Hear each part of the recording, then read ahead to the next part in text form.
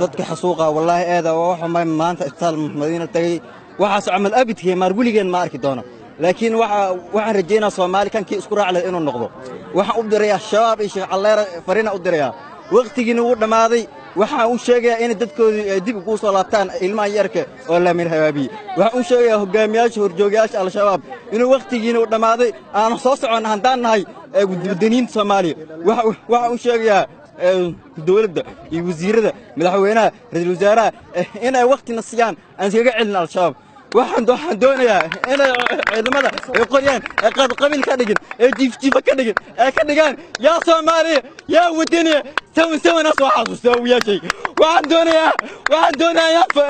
فرنت ورتقو وعندنا إن تلقي دفاعه شباب اختقوا ورا ماضي وعين لا يا وزير يا مدحوينه رئيس الوزراء ودك وحاكم مقام كره وانا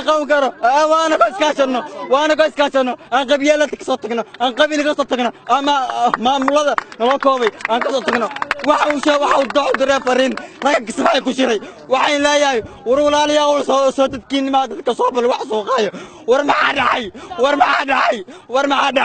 war Soomaaliya aan olaato waxaan u sheegayaa shacabka Soomaaliyeed waxaan u sheegayaa dhalinyarada Soomaaliyeed hilibka la soo duubayo Facebook la soo dhigay la taayo walaalayaal waan dalkeen u shaqeyno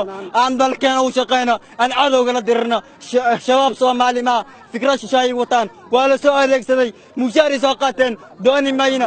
mayna shabaab ma shacabka la laaya dawladda ma